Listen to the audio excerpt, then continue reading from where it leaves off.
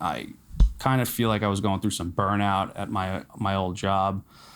I got a pretty life-changing diagnosis for my middle son, and I had like an epiphany that like I don't want to waste time at work. I don't want to waste time with this truck. I want to, I obviously have to work and support. Yeah. And I want to be there for my kids. Your son is okay? He's okay right now.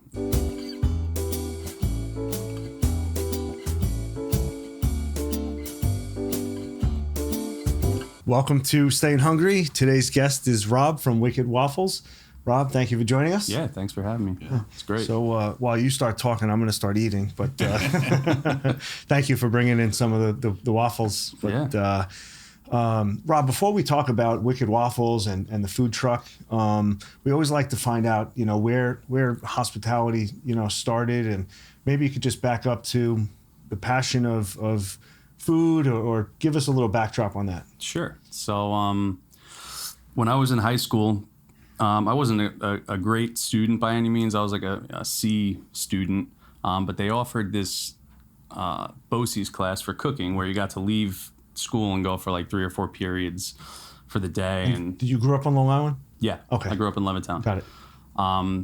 And they offered that as an option for culinary. And I said, this is great. I don't really like school, and I'd love to go and, mess around in the kitchen and cook and learn. Not be in school. And not be in school, yeah. The original thought was I don't have to use my brain. If I'm going here, I just cook and that's it, and then go home. And anyone in the family cooked prior, or?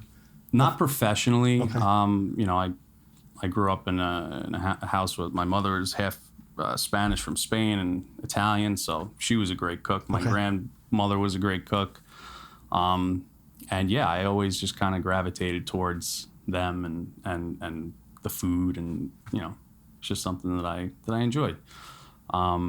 So going back to the BOCES, we did that. It was great. I didn't, I got to cook, I got to eat all day, and then I got to go home.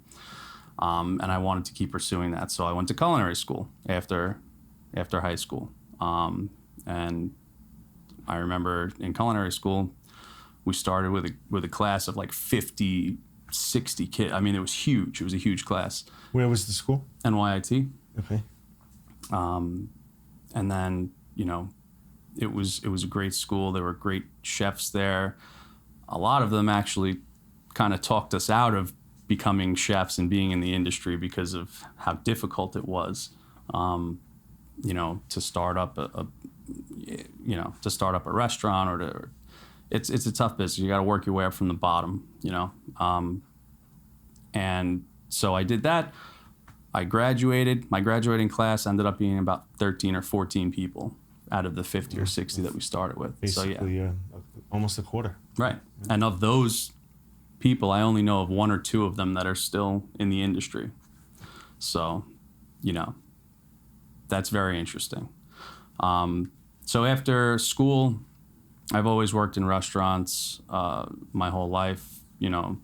Early on, I was in Friendly's and Applebee's, and I just never really ventured away from the business. I've been in it kind of my whole high school. Life. Yeah. And then I landed my first job at a catering hall as a cook, and I worked my way up the ranks, and I became the head chef there in about 5 years. And I spent about 15 years at that catering hall. And then I just never left. I've been in the industry ever since. Why do you think so many dropped out? I think that I think I know why, but I'd like to hear from you because you're behind the line there. Yeah. When you're young, when you're in high school, I think a lot of the kids had a similar mindset to me where, I'm just kind of going to go and do this, and I'm not going to have to try very hard, and it's going to come naturally. But they don't realize once you, get deep into it, how difficult it is and demanding. Nights, weekends. Yeah. I need off Saturday night. Well, it doesn't happen. Before we started, rolling, we talked about the heat, just the heat in general. Yeah. I mean, it's got to probably be 20 degrees hotter, if not more, in some kitchens, right? Yeah. We could chalk it up to there's a lot of sacrifice in the business, and a lot of people didn't you realize you don't want to do it. Right. It seems fun in the beginning until you actually have to, do it. So, yeah. And go ahead. Yeah, I was going to say, when did, I guess, the idea for Wicked Waffles really take shape? So when I was at that catering hall, it was right before COVID. We had this idea. We do mostly weddings and private events there. My boss had this idea that we were going to go and have this food truck built, and we were going to sell it at the end of weddings to do to-go stations, or, we had a nice outdoor patio where we could have pulled it up and served food outside also. It was just like another revenue generating idea. For your own venue? For the catering hall that I was working for, yeah. So we flew down to Chicago, 4 or 5 of us. We went and met this guy who built food trucks, and we had this massive food truck built with all the bells and whistles, grills, fry, everything was brand new. And then we had it shipped to New York. In the meantime, my boss had said to me, I want you to come up with all these different themes to sell. Because it wasn't like it was, You do whatever you want, yeah, right? Yeah. And that was kind of what started to get the ball rolling on the Wicked Waffles. But anyway, I spent a lot of time. I made a really cool burger concept, taco, like a takeout concept, like a Chinese fusion takeout, carnival. Wicked Waffles was one of them. And then, and when I presented these ideas to him, I remember I was so fired up because it was something different. We weren't just doing weddings. It was something to like break it up a little bit. So I got to create steak or fish. Yeah. So I got to create this, and then that was like 2019-ish, and then we shut down. We never got to do anything with it. So did they actually buy the truck? Oh yeah. They bought the truck but didn't do anything because of COVID. Yeah. So that kind of put a stop to all that. And then I was furloughed.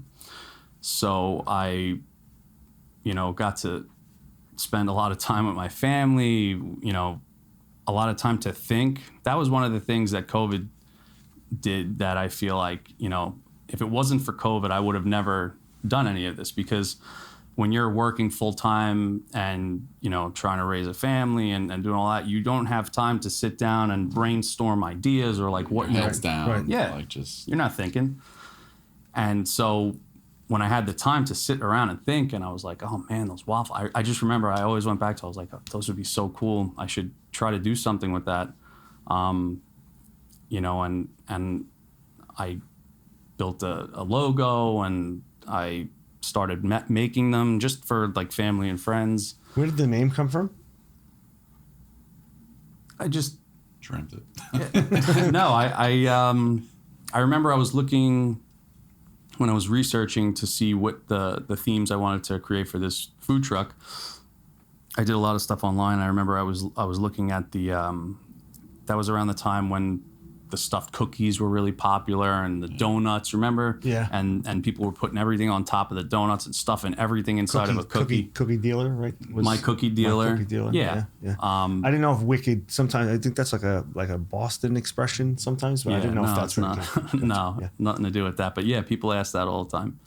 I just thought it was a cool play on words. It just worked. So I mocked up a logo, and I just started making these waffles, and I was eating a ton of them and sending them all over the place to all my friends and family. And then I got called back to work, and it was around Thanksgiving, I think 2020 or something like that. And I brought them to work, and I said to all my coworkers, I was like, remember the food truck that we, talked about? I was like, this is one of the things. What do you guys think? And one of the women that I worked with said, Thanksgiving's coming up. You have to make me a box of these. And I said, okay. So I made her a box, and I didn't think about it. And she had people over. Next thing I know, my phone's ringing from her friends. Are you the waffle? Do you make the waffles? Yeah, I made them.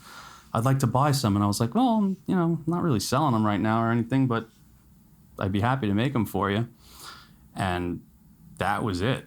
That was the start of. That's the fall of 20. Yeah. Right. That was it. I got. Did you go to the catering hall? Like, can I get that truck from you? No, I mean, this truck was way too big for what I need But that to truck do. was with your prior employer. Yes. Yeah. So then in late 20, you were still there. I was still there. You got called back. Yep. Gotcha. I started making the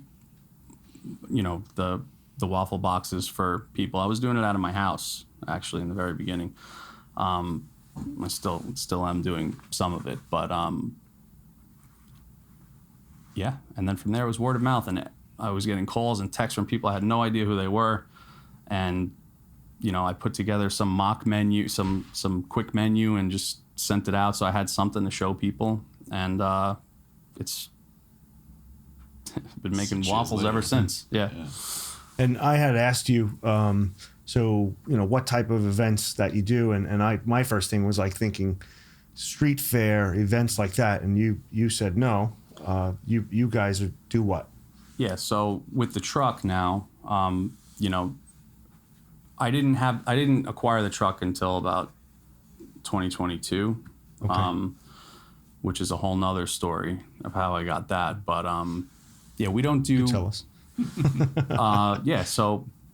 So this business took off. I got my home processing license. I built a whole nother kitchen in my house where my garage is, and I started to really go all in on this. What I brought today, the waffle bites, the churros, that's like my bread and butter. Signature? That's what got this whole thing going. They're the most popular thing that I sell. I sell tons and tons and tons of these every year. But I'll taste test them, Vin. yeah, you're gonna have to try one of those. I ate already. I had one already. So with the food truck, the first year I did, John, you want one? the first year I did a decent amount of sales, and every year after that, I would look at it and say, how am I going to get more? How am I going to bring, more people? How am I going to? What's the next step to growing? And I was looking at food trucks on Facebook Marketplace, I remember, and people wanted like, $50,000, $60,000, $70,000 for these food trucks.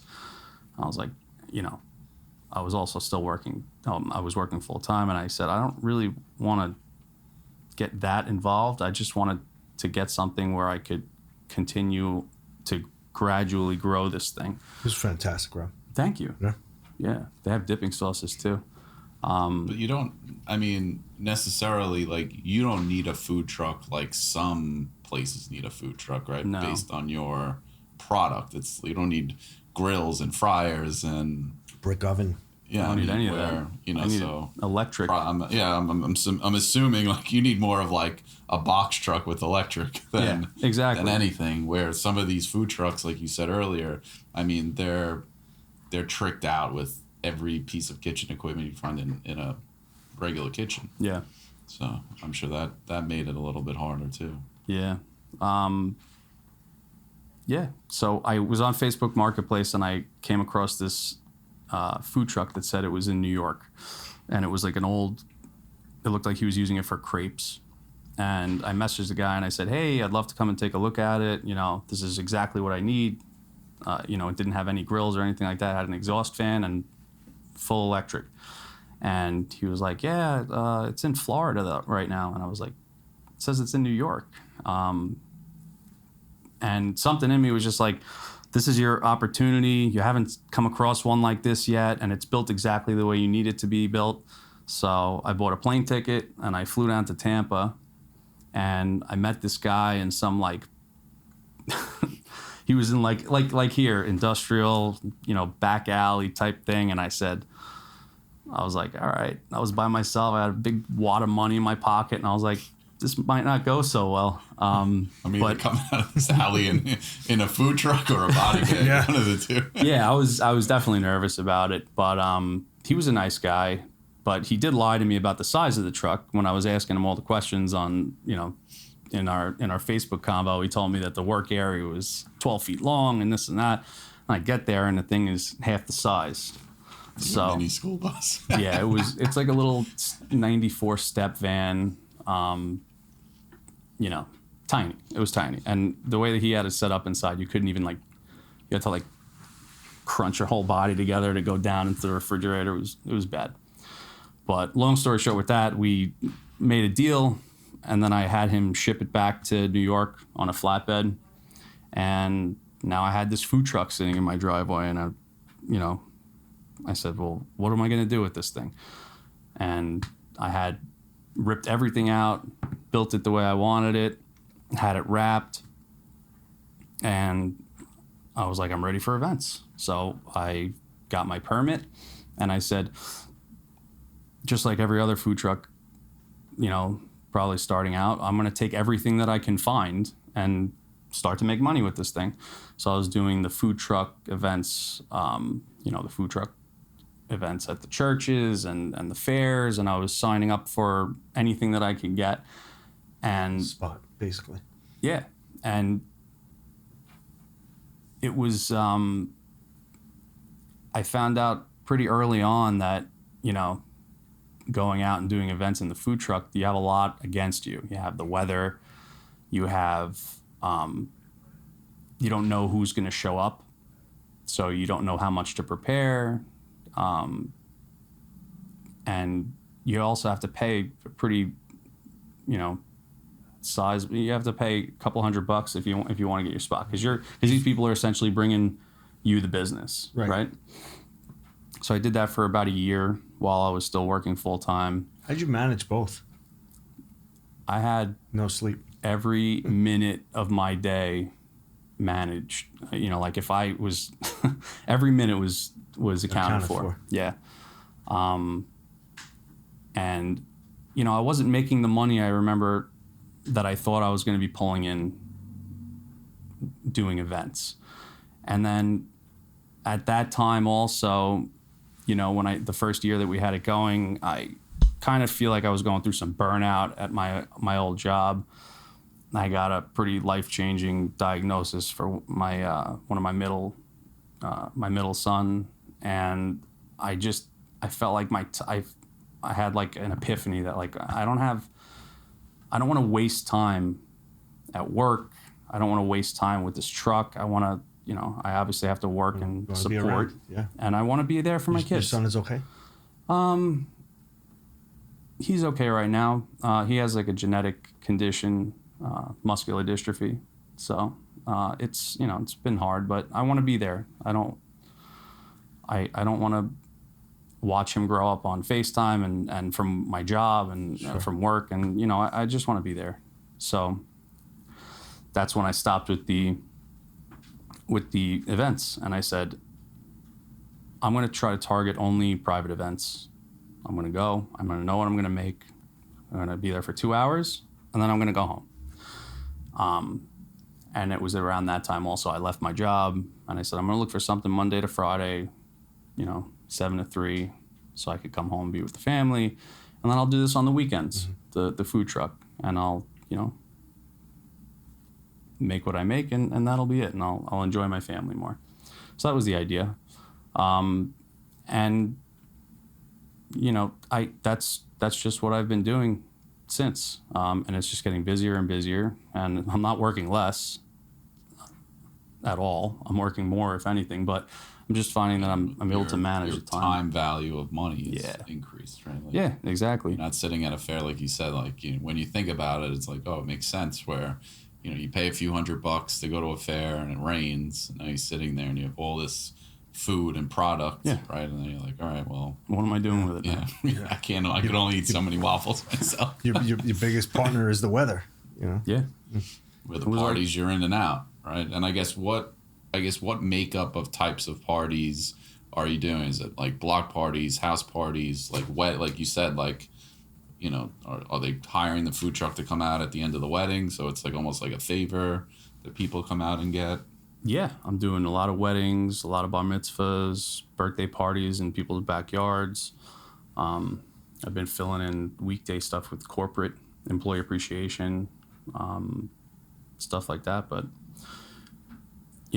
it's easy to do when you have something else to fall back on with my other job. You know, I can cherry pick what I want to take.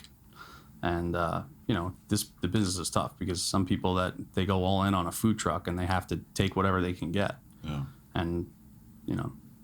I think there's like a misnomer and, you know, for what this is worth. And I find this so interesting about just food truck because many years ago, you know, I say Vin and I are very friendly with Bobby and Tony from Vincent's Clam Bar. And back then they had a food truck. My brother was partners with them in whatever capacity. But I worked with them. So I have an appreciation for it's tough. And I remember, you know, in Massapequa in particular, there's a street fair. And I think 10,000 people come. And the misnomer is, you know, oh my God, the food truck, they're killing it. Well, it's blood money. You know, some more than others, but not to take away the preparation. People don't see. They think you probably just show up and go, hey, I'm just leaving with bags of cash. That you're kind of hoping that you made money, and you know, kind of what you just described. Like so you said, it's hot space, you know, the weather, you know, and even now, you're like not having food trucks usually in like February during the snowstorm. Even, you know, maybe less than, but you know, there's spikes. The cost of gas is it's right now it's near high. These are things that the outside world has no clue, and I guess why talk about it is because sometimes people listen and go, you know, now I see the good, the bad, the ugly of what the business could be. So you're nailing all of it because obviously you live it, you know. Yeah. So it's very real for you. Do you need a lot of labor when you go to a home for 2 hours to? So that's the other thing. When I built the business model, I thought about all that, you know, labor, what's it going to take, how much product, is it going to be expensive, my inventory, how much stuff do I have to operate this truck. So I do the waffle bites 7 days a week. That's just, you know, you can call me up or you could do boxes. That's the smallest one, but I go up to boxes that feed 40, 50 people. So I do that. And then for the truck, you know, I have a different type of waffle that I'll do. I'll do the Belgian waffle with different toppings and sauces and stuff like that. But when I developed the business model was that I can do it by myself. I don't need too much inventory, and whatever I have that comes back, I can use for this. So there wasn't really too much waste or anything like that. You know, so that's why it works for me. I don't need much to do it. I can do it by myself, or, you know, 1 or 2 people. If I'm doing, you know, 200-300 people, I bring somebody to help me. Sure. But you do them every, you know, 30-40 seconds. Like two waffles are coming out, and you just keep it going. It's Is the goal to further expand with other trucks because of, like you just said, like, you know, you don't need to have, I don't want to say too much of skilled labor of like a chef or something like that to be able to kind of operate it? Or is it like, hey, I'm happy with what I have and maybe I can just maybe step a little bit more back to spend more time with the family and hire someone to kind of do the trucks? I guess what's kind of in your mind right now? It's tough because, you know, no one's going to do it like you. Nobody's going to put the care into it like you're going to. And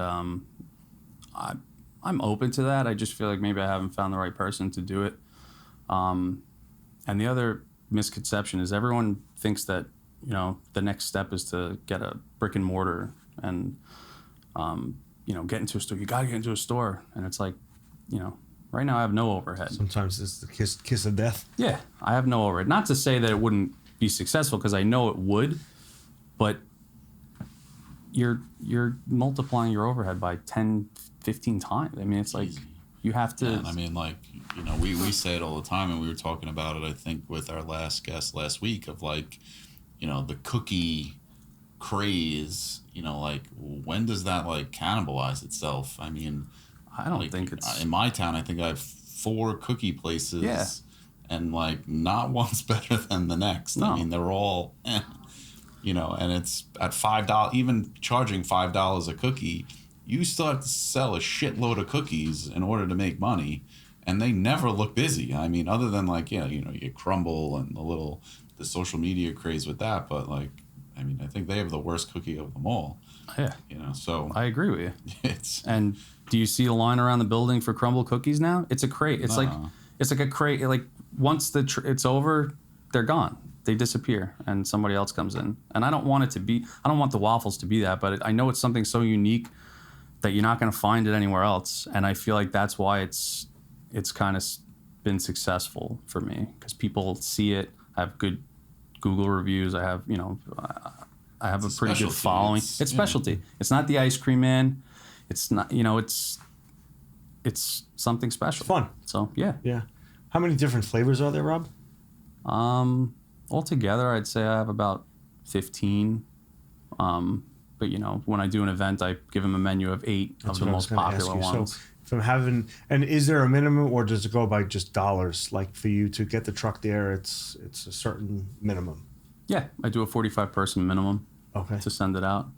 We'll do smaller parties, but as long as they pay the minimum. You can just order the boxes too. I mean, if you really you can order the boxes.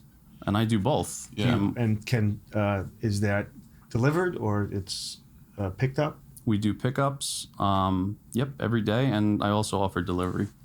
Got it. Yeah. I mean, do you even need? I mean, I guess the more I think about it, like you could really operate this business and not need food trucks. Like someone could just like go out in a van, set up a table, set up I don't know if you use what type of waffle makers and stuff like that, but you could just set up kind of like a stand essentially, right? Like, yeah, you could. Yeah. I mean, in theory you could. I mean, I had a custom tent built out with all the logos and stuff like that. It's just a lot more like, jackassing everything back and forth and setting up, where the truck, you just pull up, turn the generator on, and you're good to go. Yeah. What how has social media propelled the business? Yeah, social media has been huge. I do all of my business through Facebook and Instagram, believe it or not. I don't have a website, and yeah, it's been great. In the very beginning, I was teaming up with a lot of the food influencers. Before most of them became criminals, where we would just trade a box and, they would give me a video and it would help both of us. I'd get some followers, they'd get the content. And that's how I built a lot of the business early on. And then I have to give a shout out to Alyssa from Dine LI, because she did so much for small businesses right after COVID and helped propel with her. She was doing markets in the Seminole Mall. We had like the little small business markets. Yeah. And, that was around the time, Uncle Joey's Rainbow Explosion. Are you familiar with them? Yeah. He was there. We all kind of started at the same time doing this. Post-COVID. Yes. Yeah. So yeah, she was huge with the giveaway. She does so much and works full time too. Yeah. I don't know how she does it. Her business. She has like a cookie business herself. Yeah, pound and a half. Yeah, pound and a half. Yeah, but yeah. I think she goes very unrecognized for the amount of stuff that she does for. You're right. For the industry, and especially like she was a big piece of the creator behind Long Island Strong and Pizza One Strong. of the founders, right? Right. So. And she just wants to help. Yeah. She doesn't want anything from it. She's an amazing person. For people, I don't think she makes relatively any money off of some of that stuff. But then you just mentioned these influencers now. I mean, they want like your firstborn child pretty much to do videos for them. And, I guess has that just, you feel like totally have gone overboard with, especially even like local influencers now. I was looking at some of the influencers who were reaching out to me, telling me, we'll do a reel with you. It's going to be $1,000 or $2,000. And I would look at their page and their videos and their views, and I'm like, I have more views than you on my videos. Maybe you should pay me, or it's you're exchanging something. You're giving me something, I'm giving you something. But a lot of times the value's not there. And I've tried it once or twice, and I'm like, I fell for it, and it doesn't help me, but that's their game. Rob, is there a way to collaborate with others? you know, like whether it's a cookie, a cupcake, or anything to that effect? You ever get approached or think about approaching someone? Yeah, we've done some collabs where, you know, they'll offer some type of food and we'll throw in a box of waffles. They're fun to do, like these little one-off things, but they haven't been like a big part of this. Yeah, but I do like collaborating with people, and I get a lot. It makes me happy to help other people that are starting out in businesses and people that are really passionate about it and believe in what they have. You know, I always want to help where I can.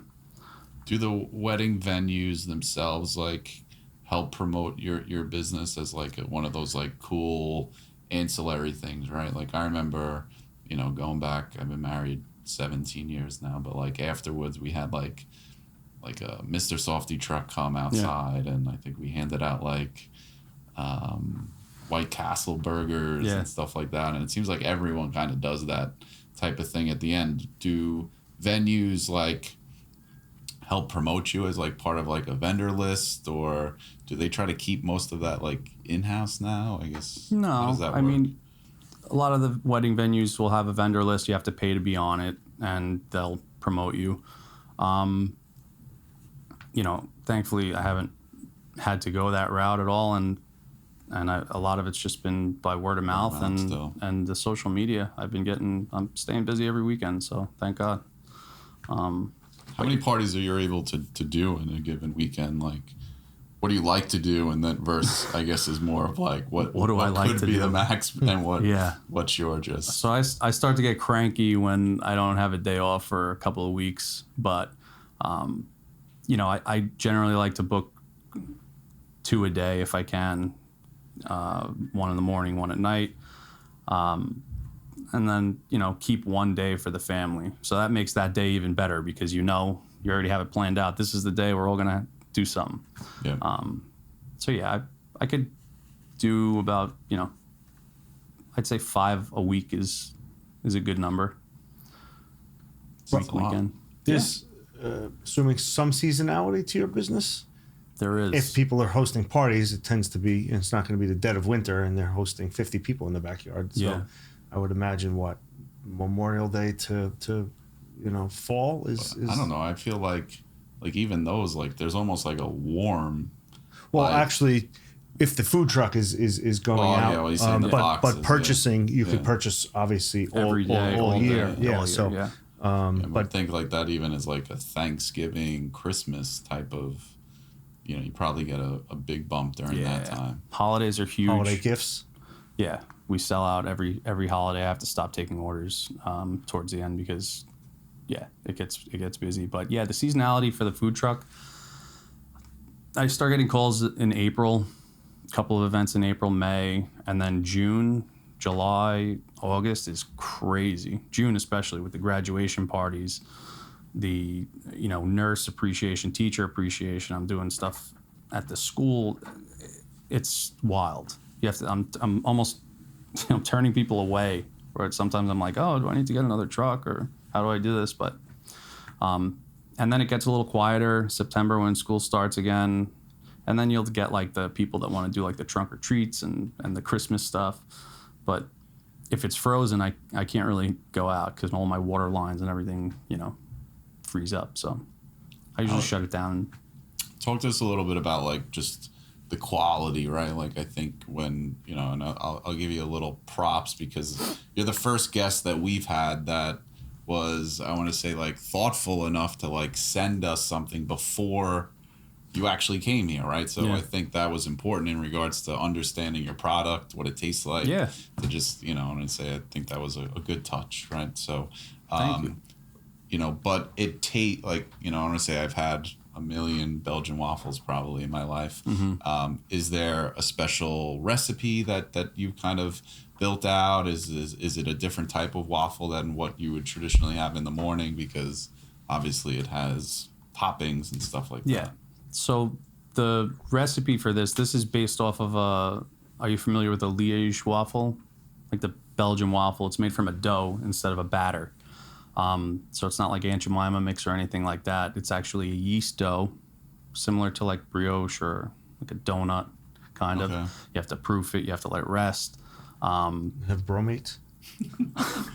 I know that's hot topic. Yeah. Go ahead. So that's the type of dough that we use. We do use good ingredients. Everything is scratch made, even down to the dips. So yes, to answer your question, they're not regular Belgian waffles that you'd have for breakfast. Some people think that they are. Once you cook them, they'll stay fresh in that box all day. And I give people cards with heating instructions if they want to warm them up again. But those waffle bites I do as much sales with those that I do with the food truck every year. Wow. It's huge. I'm not blowing smoke up your ass. I believe it. I mean, there's a difference, and John would agree. They're good, right? They're different, right? The consistency is different. They're still airy, but but nice. I guess that's the difference between, like, I want to say the dough versus a batter is that after, we've all had Belgian waffles that have been sitting in the tray for Soggy 2 hours. waffles. It's like, Yeah.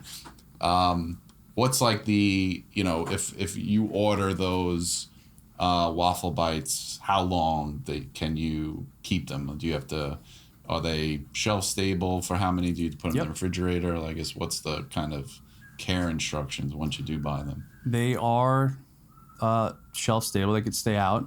I personally only like them the first day, but I've had people that hang on to them for a week and they're like, no, they're still good. I'm like, no, they're not. they really shouldn't be. They shouldn't it's be. all fresh and ingredients. if you like them after 5 days, whatever. I don't. But yeah, I would say about a day, 2 days. If you heat them up after this, the second or third day, they're still good, but I wouldn't go past that. And I guess it also has to do with which type you're getting too, right? I guess talk to us a little bit about like how many flavors you have, what kind of inspired you, does that change on a regular basis? Yeah. The way that I have about 7 or 8 flavors. The churro ones with the cinnamon sugar are the most popular. I do one that's stuffed with Oreos. It's called cookies and cream.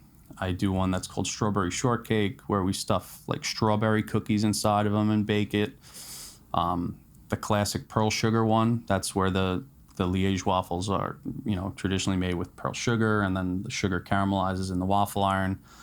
We have chocolate chip. I've done red velvet. I've done cake batter with rainbow sprinkles in them. Glazed apple pie. I think I sent that one to you guys. I like that one. The one with the vanilla glaze, apples in the middle. One had, I think, chocolate chunks. Yeah, that might have been. That was a cookies and cream. That was cookies. Yeah. Okay, got it. I like the apple one. Was pretty good.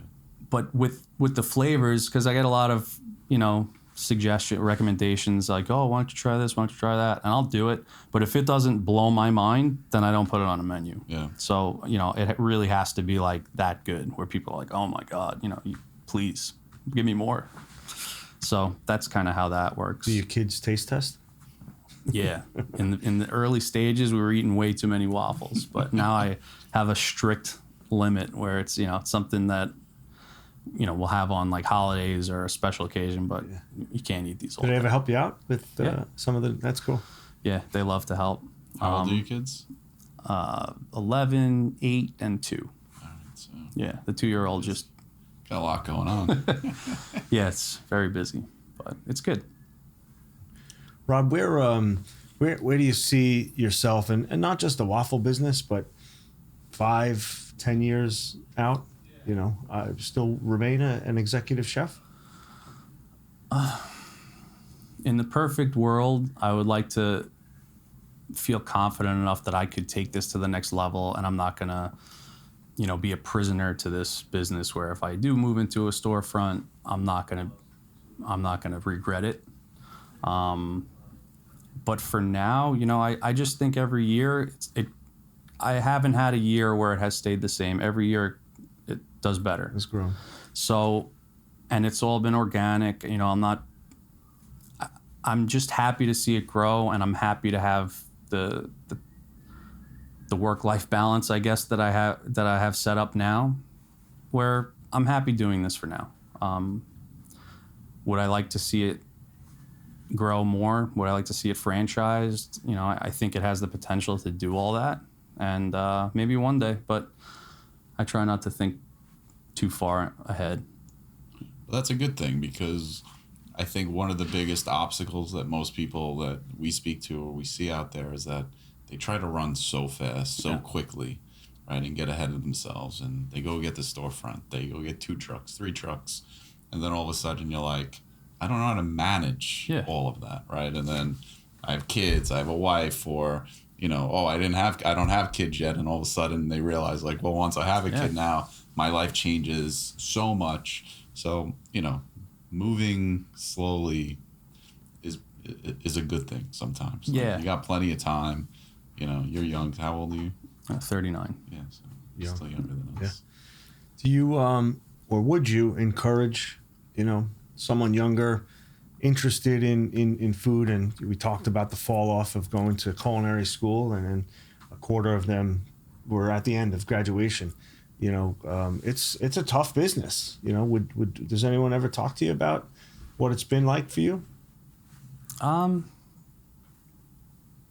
Yes and no. I mean, you know, being that I'm still working as a chef, I have a lot of young cooks. I have a lot of young employees that, you know, I see them where I was when I was their age, and you really don't start making any money until you become a manager or you know, a sous chef or anything like that. And it's a lot of long hours and minimum wage and just kind of grinding it out.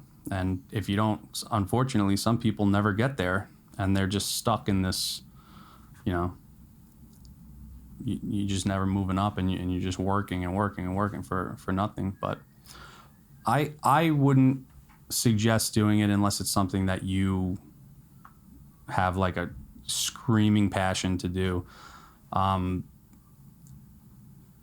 You know, going into the restaurant business. For the food trucks, you know, it's also tough because some of the people have never been in the restaurant business, so they don't know that you're running on razor thin margins. You don't always necessarily think about all the overhead costs and what it takes to operate, and the sacrifice and the weekends. And so, you know, it's one of those things. You if you're going to do it, you got to go all in, and you got to figure it out. Thankfully, I have a background where I've been able to manage kitchens, and I know the whole business side of it, where a lot of that I didn't have to worry about because I planned for it. You know, and yeah, so I mean, it's tough. It's tough, but what would you say is like the thing that surprised you the most during this journey of, you know? I think it surprised me the most. Just how many people love the waffles. Because, you know, I do think they're good, but I'm a pretty bad self-critic, and I find the littlest things wrong and think, oh, they're not going to like them, or I screwed this up. But, you know, just the return business that I get, the phone calls, and just people that want to keep ordering these. It's like, you know, I can't believe it. It's sure. You want more waffles? No, not anymore. But I mean, that was the biggest shock. I was like, oh my God, can you believe? I remember talking to my wife, like, can you believe how busy we? Like, I didn't have time to sleep. Now we're so busy, and it's like, how do people? Does she help you with the business in an admin way, or? She does, yeah. She so my wife stays at home and raises the kids, and she, when we're busy, June, July, especially, she makes all the dough for me, which is that's huge. tough too, because the kids are busy in June, I'm sure, with school. And it's not fun, but we get it done. She's a big help. Yeah. Pretty awesome. Great story, Rob. You know, I think certainly a fan of the waffle. Thank you. You know, continued success to you guys. And listen, it sounds like you know, whatever you desire as far as growing this business, and maybe we'll see him on Shark Tank. Yeah. Kevin, I was thinking about maybe Wicked Cupcakes. I think that was on Shark Tank, but Was it? maybe connect with Kevin O'Leary. He seems to be in the food space, you know. Yeah. But anyway, continued success. Thank you for coming on. We appreciate it. Great story, and all the best to you guys. Thanks very much. Yeah, appreciate it.